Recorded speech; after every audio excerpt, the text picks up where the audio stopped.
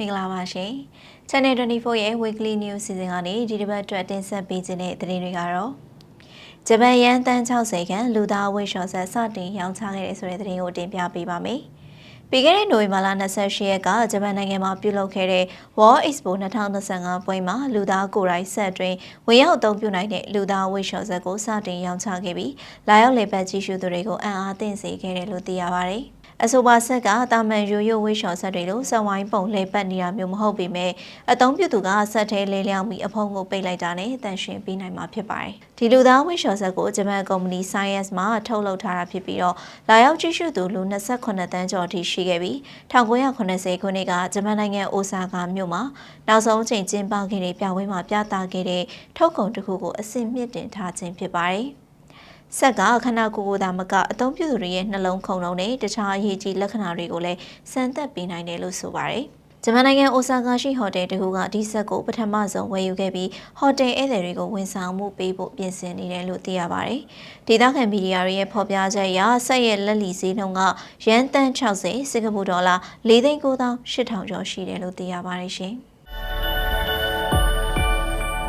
တတူးမင်တွေကကိုခန့်အားဆယ်ရီတိတ်ဆုံးခြင်းနဲ့ရောင်ရမ်းခြင်းကိုဖြစ်ပေါ်စေနိုင်တယ်လို့ဆိုတဲ့အကြောင်းကိုတင်ပြပေးပါမယ်။ဆွစ်ဇာလန်နိုင်ငံ President of the National Academy of Science မှာသိပ္ပံပညာရှင်တွေရဲ့သုတေသနထုတ်ပြန်ချက်အရတတူးမင်တွေကအ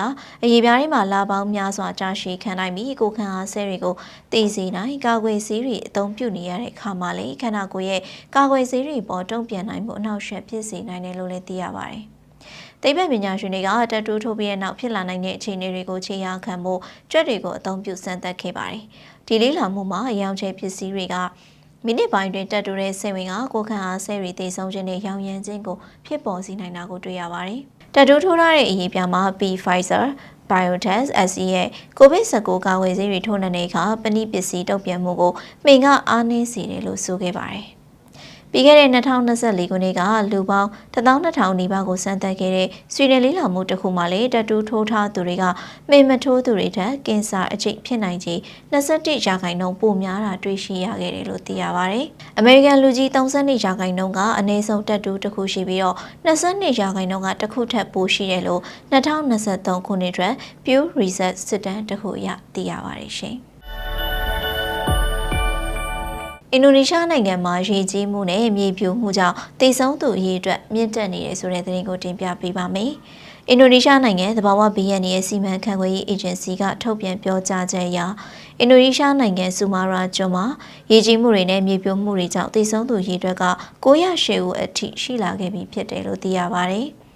အခုလိုဆူမာရာကျွန်းမှာမိုးသည်ထန်စွာရွာသွန်းမှုနဲ့အတူရေကြီးမှုနဲ့မြေပြိုမှုတွေကြောင့်သေဆုံးသူရေအတွက်က900ကျော်ထိရှိလာခဲ့ပြီဖြစ်တယ်လို့အာဏာပိုင်တွေကသတင်းထုတ်ပြန်ခဲ့ပြီးတဲ့နောက်4ရက်လောက်အကြာမှာသေဆုံးသူရေအတွက်ကနောက်ထပ်400ဦးကျော်အထိမြင့်တက်လာခဲ့တာလည်းဖြစ်ပါတယ်။တရင်တစ်ပတ်ခန့်ဆိုင်ကလုန်းမုန်တိုင်းဝင်ရောက်တိုက်ခတ်ခဲ့မှုကြောင့်အင်ဒိုနီးရှားမလေးရှားနဲ့ထိုင်းနိုင်ငံတို့မှာမိုးသည်ထန်စွာရွာသွန်းမှုကိုကြုံတွေ့ခဲ့ရပြီးအခုလိုလူများပြားသေဆုံးခဲ့ရတယ်လို့လည်းသိရပါတယ်။လက်ရှိချိန်ထိရှာဖွေကယ်ဆယ်ရေးသမားတွေကဆူမာရာကျွန်းမြောက်ပိုင်းမှာအကူအညီပေးရင်းနဲ့ထောက်ပံ့ပို့ဆောင်ရေးအတွက်ရဟတ်ယာဉ်တွေကိုအသုံးပြုလျက်ရှိပြီးနောက်ထပ်လူ410ကျော်ပျောက်ဆုံးနေစေဖြစ်တယ်လို့လည်းသိရပါတယ်ရှင်။နေဆက်ဒေသအငြင်းပွားမှုများကြောင့်ထိုင်းနဲ့ကမ္ဘောဒီးယားနိုင်ငံနိုင်ငံကြားတကြောပြန်တိုက်ပွဲများဖြစ်လာခဲ့တဲ့ဆိုတဲ့သတင်းကိုတင်ပြပေးပါမယ်။နေဆက်ဒေသအငြင်းပွားမှုတွေကြောင့်ထိုင်းနဲ့ကမ္ဘောဒီးယားနိုင်ငံနိုင်ငံကြားတကြောပြန်တိုက်ပွဲများကပြီးခဲ့တဲ့ဒီဇင်ဘာလ10ရက်မှာပြန်လည်ဖြစ်ပွားခဲ့တယ်လို့သိရပါတယ်။အခုလိုအငြင်းပွားနေတဲ့နေဆက်ဒေသမှာတိုက်ပွဲများပြန်လည်ဖြစ်လာအောင်ရန်စမှုများရှိနေတယ်လို့ထိုင်းနဲ့ကမ္ဘောဒီးယားနိုင်ငံကြားအပြန်အလှန်ဆွဆွဲမှုတွေရှိနေခဲ့ပါတယ်။ထိုင်းစစ်တပ်က၎င်းတို့ကအငြင်းပွားနေတဲ့နေဆက်ဒေသတခြားကိုလေကြောင်းကတိုက်ခိုက်ခဲ့တယ်လို့သတင်းထုတ်ပြန်ထားခဲ့ပြီးထိုင်းစစ်တပ်ကကမ္ဘောဒီးယားတပ်ဖွဲ့ဝင်များကပြီးခဲ့တဲ့ဒီဇင်ဘာလ9ရက်နေ့ကစီစကတ်ဒေသရှိထိုင်းနိုင်ငံသားတွေကိုပြစ်ခတ်တိုက်ခိုက်မှုများရှိခဲ့တယ်လို့ဆွဆွဲထားပါတယ်။ထိုင်းနဲ့ကမ္ဘောဒီးယားကြားတိုက်ပွဲများဖြစ်လာခဲ့ခြင်းကြောင့်နေဆက်ဒေသမှာနေထိုင်နေသူအများပြားကနေရက်စွန့်ခွာထွက်ပြေးခြင်းများရှိတယ်လို့လည်းသိရပါတယ်။ထိုင်းစစ်သားများနဲ့ကမ္ဘောဒီးယားစစ်သားများကအငြင်းပွားနေတဲ့နေဆက်ဒေသမှာအပြန်အလှန်ပစ်ခတ်မှုများဖြစ်လာခဲ့ပြီးတဲ့နောက်ထိုင်းစစ်သားတို့သေဆုံးခဲ့တာနဲ့ပတ်သက်ပြီးထိုင်းလေတပ်ရဲ့တိုက်လေယာဉ်များကကမ္ဘောဒီးယားစစ်အခြေစိုက်စခန်းများကိုပြစ်မှတ်ထားတိုက်ခိုက်ခဲ့တယ်လို့ပြောရေးဆိုခွင့်ရှိသူကထုတ်ဖော်ပြောဆိုခဲ့ပါတယ်။ ကမ္ဘောဒီးယားကာကွယ်ရေးဝန်ကြီးဌာနပြောရေးဆိုခွင့်ရှိသူတဦးကလည်းထိုင်းစစ်သားများကအငြင်းပွားနေတဲ့နေဆက်ဒေသမှာရှိတဲ့ကမ္ဘောဒီးယားစစ်သားတွေကိုစတင်တိုက်ခိုက်ခဲ့ပြီးကမ္ဘောဒီးယားဘက်ကလက်တုပ်ပြန်တာမျိုးမလုပ်ခဲ့ဘူးလို့ပြောခဲ့ပါတယ်။ထိုင်းနဲ့ကမ္ဘောဒီးယားတို့ကနေဆက်ဒေသပိုင်တဲ့အငြင်းပွားမှုကြောင့်ပြီးခဲ့တဲ့ဇူလိုင်လအတွင်းမှာအပြန်အလှန်ပစ်ခတ်တိုက်ခိုက်မှုများ9 ရက်ကြာဖြစ်ပွားခဲ့ပြီးအမေရိကန်သမ္မတဒေါ်နယ်ထရန့်ရဲ့အပြစ်ခတ်ရစဲဖို့တိုက်တွန်းမှုများအရယာယီအပြစ်ခတ်ရစဲဖို့သဘောတူညီခဲ့ပါတယ်။ကမ္ဘောဒီးယားဝန်ကြီးချုပ်ဟွန်မာနန်နဲ့ထိုင်းဝန်ကြီးချုပ်တို့ကမလေးရှားနိုင်ငံကအိမ်ရှင်ဖြစ်လက်ခံကျင်းပတဲ့အာဆီယံထိပ်သီးစည်းဝေးတွင်အမေရိကန်သမ္မတရှီမောင်မှာအပြစ်ခတ်ရစဲရေးသဘောတူညီမှုစာချုပ်ကိုလက်မှတ်ရေးထိုးခဲ့ပေမဲ့အပြန်အလှန်ဆွဆွဲမှုများဆက်လက်ရှိနေခဲ့ပြီးတော့ပြီးခဲ့တဲ့ဒီဇင်ဘာ10 ရက်မှာနိုင်ငံခြားပြန်လည်စစ်ပွဲများတိုက်ခိုက်မှုများတကြော့ပြန်ဖြစ်လာခဲ့တာဖြစ်ပါတယ်။ထိုင်းနဲ့ကမ္ဘောဒီးယားနိုင်ငံကြားအပြစ်ခတ်ရစဲရေးရယူနိုင်အောင်ကြိုးပမ်းရမှာပါဝင်ခဲ့တဲ့မလေးရှားဝန်ကြီးချုပ်အန်ဝါအီဘရာဟင်ကတော့ထိုင်းနဲ့ကမ္ဘောဒီးယားနိုင်ငံတို့ကိုတီးခန့်ချုပ်တီးဖို့တိုက်တွန်းတောင်းဆိုထားတယ်လို့သိရပါတယ်ရှင်။တောင်တရုတ်ပင်လယ်တွင်ကင်းလှည့်နေတဲ့ဖိလစ်ပိုင်လေယာဉ်ကိုတရုတ်တပ်ဖွဲ့တွေကမီးကျည်နဲ့ပစ်ခတ်ခဲ့တဲ့ဆိုတဲ့သတင်းကိုတင်ပြပေးပါမယ်။တောင်တရုတ်ပင်လယ်တွင်မှာပုံမှန်ကင်းလှည့်မှုတွေလှုပ်ဆောင်နေတဲ့ဖိလစ်ပိုင်လေယာဉ်တစ်စင်းကိုတရုတ်တပ်ဖွဲ့တွေကမီးကျည်3 ခုနဲ့ပစ်ခဲ့တယ်လို့ဖိလစ်ပိုင်ကမ်းခြေစောင့်တပ်ဖွဲ့ကထုတ်ပြန်ပြောကြားခဲ့ပါတယ်။ဒါပေမဲ့တရုတ်ဘက်ကပြစ်လွတ်လိုက်တဲ့မီးကျည်3 ခုကဖိလစ်ပိုင်လေယာဉ်ကိုထိမှန်ခဲ့တာမျိုးမရှိဘဲ၎င်းရဲ့စောင့်ကြည့်ရေးမစ်ရှင်ကိုအောင်မြင်စွာဆက်လက်လှုပ်ဆောင်ခဲ့တယ်လို့ဖိလစ်ပိုင်ကမ်းခြေစောင့်တပ်ဖွဲ့ကပြောကြားခဲ့ပြီးတရုတ်ဆိုရတာဝန်ရှိသူတွေကချက်ချင်းမှတ်ချက်ပြုပြောဆိုတာမျိုးမရှိသေးဘူးလို့လည်းသိရပါတယ်။တောင်တရုတ်ပင်လယ်တစ်ခုလုံးနီးပါးကို၎င်းပိုင်ဆိုင်တယ်လို့တရုတ်ဆိုရကအခိုင်အမာပြောဆိုထားသလိုတခြားနိုင်ငံအများပြားကလည်းတောင်တရုတ်ပင်လယ်အတွင်းတစ်စိတ်တစ်ပိုင်းကို၎င်းတို့ပိုင်ဆိုင်တယ်လို့အခိုင်အမာပြောဆိုထားကြပါတယ်။တရုတ်တပ်ဖွဲ့တွေကအငင်းပွားတောင်တရုတ်ပင်လယ်အတွင်းက၎င်းတို့ရဲ့ရေပိုင်နက်ထဲကိုဝင်လာတဲ့နိုင်ငံခြားလေယာဉ်တွေကိုဝေးရကိုသွားဖို့တတိပိချက်ဖြစ်မီးကြီးတွေကိုပြစ်ခတ်ခဲ့တယ်လို့တရုတ်ဆိုရကထုတ်ပြန်ပြောကြားထားပါတယ်။ဖိလစ်ပိုင်ကမ်းခြေစောင့်တပ်ဖွဲ့ကပုံမှန်ကင်းလှည့်မှုတွေလှုပ်ဆောင်နေတဲ့ဖိလစ်ပိုင်လေယာဉ်ကိုတရုတ်တပ်ဖွဲ့တွေကမီးကြီး3 ခုနဲ့ပစ်ခတ်ခဲ့ပေမဲ့ထိခိုက်ပျက်စီးတာမျိုးတော့မရှိခဲ့ပါဘူးလို့သိရပါတယ်ရှင်။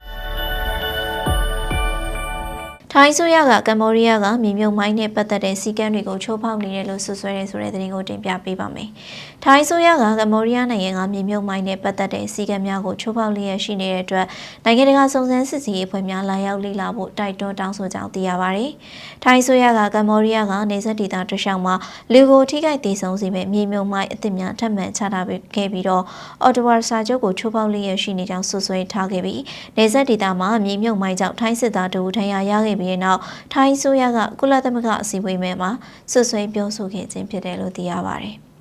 ထိုင်းဆိုရက၎င်းတို့နေတဲ့အာဆီယံလိလာရေးဖွဲ့ရဲ့ကူညီထောက်ပံ့မှုနဲ့တပ်တည်ခိုင်မာရရှိထားပြီးဖြစ်ကြောင်းနိုင်ငံတကာချက်လက်ရှာဖွေရေးမစ်ရှင်အဖွဲ့များကိုလည်းလာရောက်စုံစမ်းစစ်ဆေးစေလိုကြောင်းတောင်းဆိုထားပါတယ်။ထိုင်းနဲ့ကမ္ဘောဒီးယားနိုင်ငံတို့ကနေဆက်ဒေသအငြင်းပွားမှုများကြောင့်ဇူလိုင်လအတွင်းမှာအပြန်အလှန်ပစ်ခတ်မှုများစတင်ခဲ့ပြီးအမေရိကန်သမ္မတရဲ့ဂျောင်းဝင်စေစပ်မှုကြောင့်အပြစ်ခတ်ရစဲရေးစာချုပ်ကိုချုပ်ဆိုခဲ့ပေမဲ့လက်ရှိချိန်ထိအပြန်အလှန်ဆွဆွဲမှုများစွာရှိနေစေဖြစ်ပါတယ်။ထိုင်းနိုင်ငံသားရေးဝန်ကြီးကကမ္ဘောဒီးယားကမြေမြုပ်မိုင်းတစ်တွေထပ်မံချထားပြီးချိုးဖောက်မှုတွေထပ်မံလှုပ်ဆောင်ခဲ့တယ်လို့ထိုင်းစစ်သားတအုပ်နဲ့အရက်သား9 ဦးထံရထားတယ်လို့ပြောဆိုခဲ့ပါတယ်။ကမ္ဘောဒီးယားအစိုးရဘက်ကတော့ထိုင်းစစ်သားများနဲ့အရက်သားများထံရခဲ့တဲ့မြေမြုပ်မိုင်းကရခိုင်စစ်ပွဲများအတွင်းကျန်ခဲ့တဲ့လက်ကျန်မိုင်းများကြောင့်ဖြစ်တယ်လို့လည်းတုံ့ပြန်ထားပါတယ်။လက်တလောကမ္ဘောဒီးယားအစိုးရရဲ့ပြောဆိုချက်များကထိုင်းနိုင်ငံဘက်မှရရှိခဲ့တဲ့တပ်တွေထောက်ထားတွေနဲ့ဆန့်ကျင်ဘက်တွေဖြစ်နေတယ်လို့လည်းသိရပါတယ်ရှင်။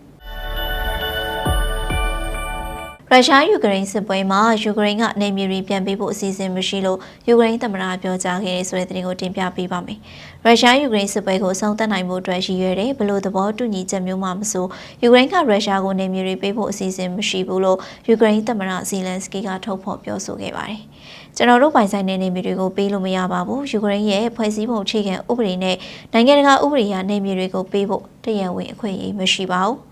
ကျွန်တော်တို့ကိုယ်တိုင်လည်းအဲ့လိုမျိုးလုပ်ဖို့စိတ်ကူးမရှိပါဘူးလို့ပြောဆိုခဲ့ပါတယ်။